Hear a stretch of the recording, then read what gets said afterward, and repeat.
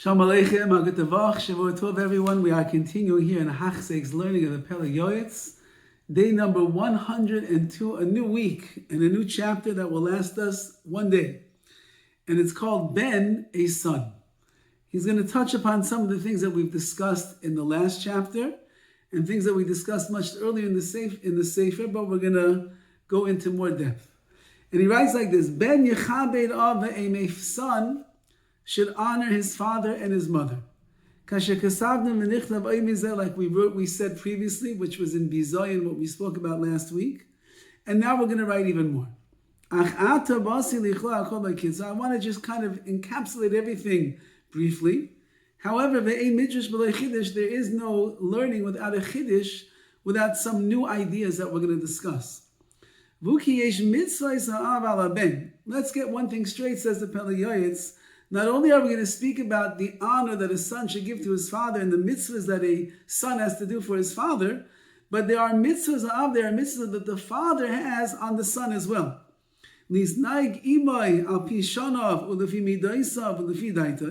He has to relate to his child and treat him in a way that is commensurate with his age, with his midas, his character, the way that this son thinks, and according to the necessity of the time.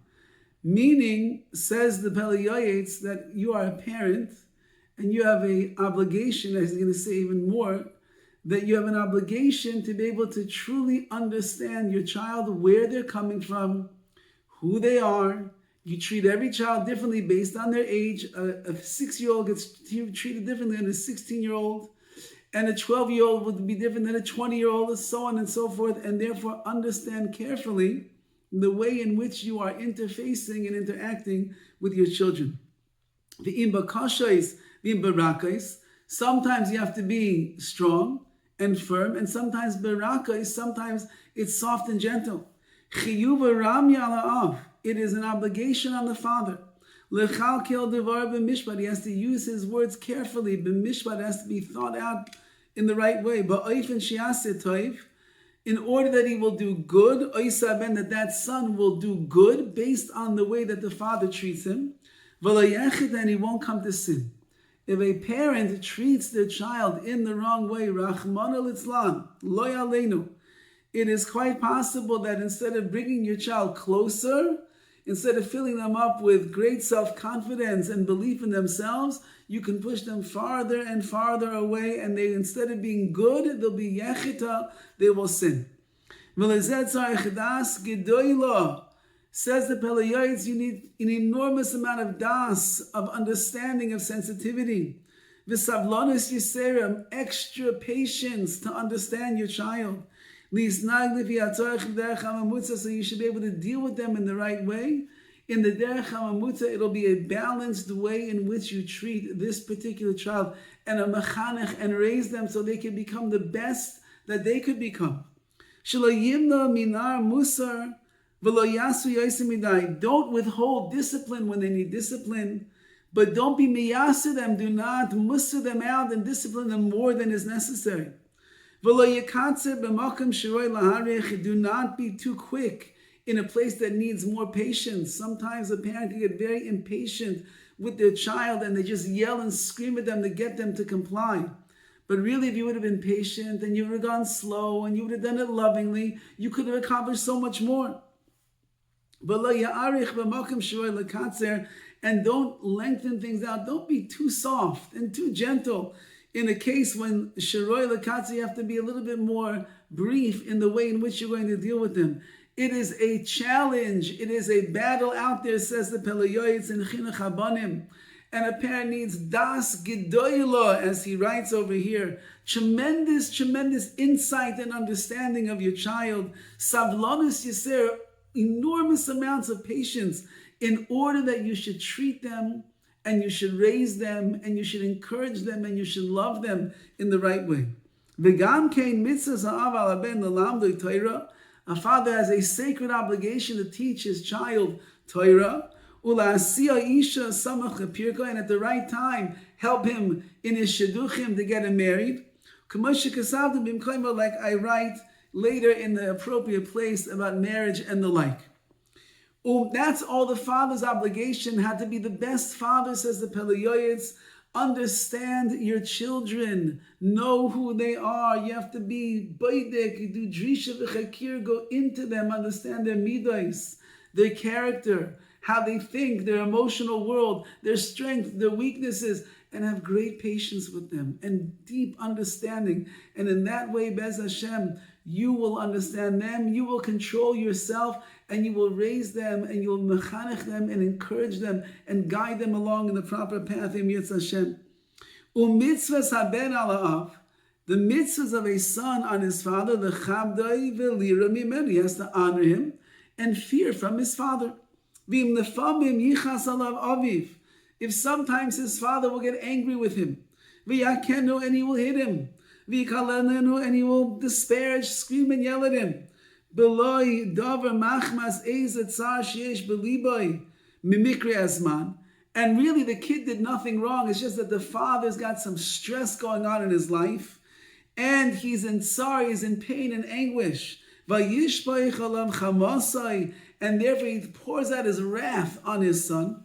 Or maybe the father has some bad midas, some bad trait. He's missing, he's lacking some understanding. He thought that his son did X, Y, and Z. It's not true. His son did not. Or he's just not savvy enough as the parent with the das gedoyla and the great savlanus. So he ends up being a little bit mean to his son, much more than he should be. As tzarech das babein. However, the son has to know. You have to be civil. He has to be able to bear this burden of everything that the father does in order to do the mitzvah of his creator Hashem. Don't put up a shield and argue with your father. Don't answer him harshly, and certainly don't shame and disgrace your father as a result, chas v'shalom, of what he's doing, God forbid. Rather, bend your head like a certain kind of a bush that was coffee that was bent over. Bear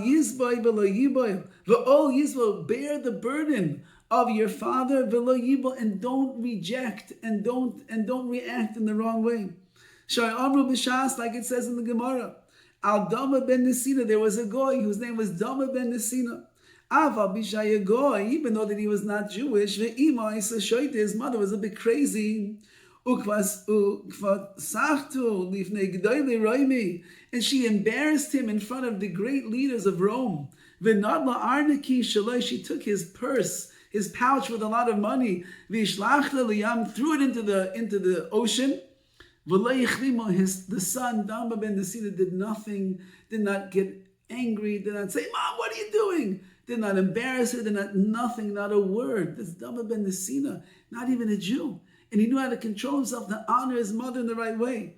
And certainly if your parents are b'nei das, they're level-headed individuals. The son has to think to himself, my parents are right. Whatever they do to me, they're right. And I have no tightness, I have no complaints. And if it looks like in the eyes of the son that they're doing something wrong, it must be because I don't understand what they're doing. This is the way of children. They're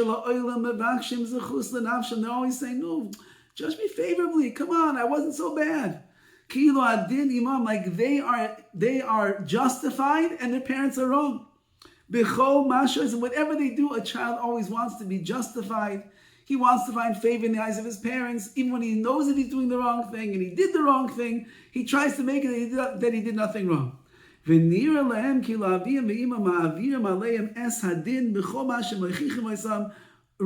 rather it should look to, and they think that their parents are being cruel to them, and they're being too strict on them, and they're being mechiach them.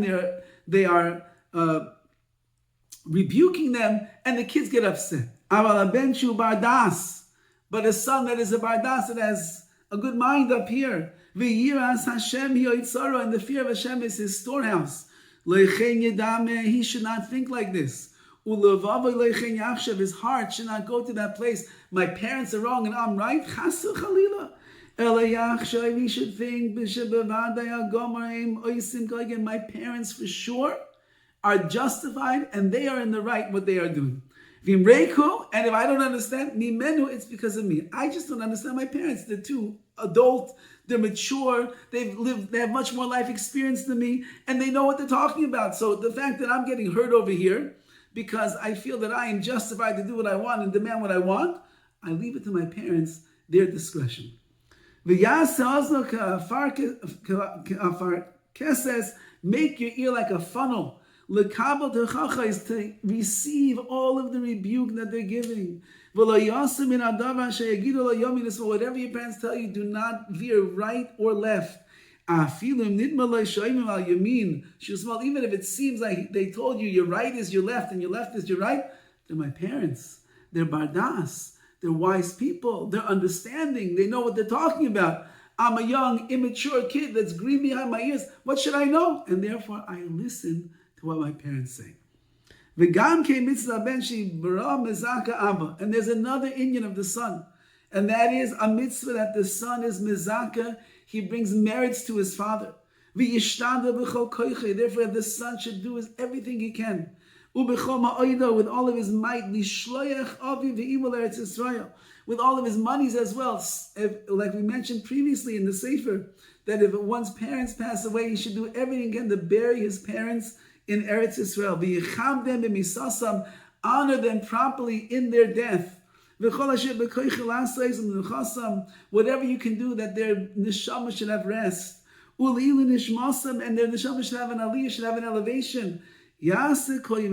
All the days of your life as a child, as the son, whose parents are no longer here, do everything that you possibly can to elevate their neshamas. The Pele Yoetz says elsewhere that the real mitzvah of kibbud avei, maybe this is what he's talking about, really begins after the fact, after they are no longer in this world. A parent who passes away, they can't do mitzvahs anymore. They can't learn Torah. They cannot give tzedakah, not work on their midos, overcome nisyonis in life, nothing. So how are they going to be elevated in the world to come? Through the child.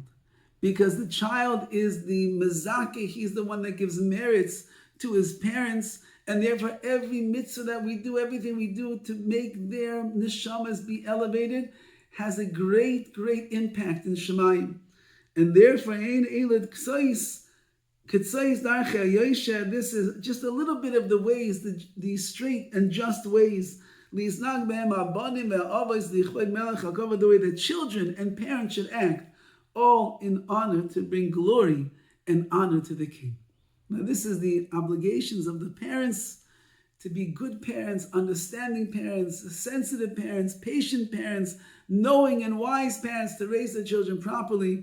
And in Yetz Hashem, when parents do that, then the children in turn will want to be nachas to their parents. They will want to treat them in the right way. They will listen carefully. They respect and they agree with their parents. And they will then become toiv. They will become good. And they will be nachas. And they will be the greatest schus that the parents ever left in this world. All the best.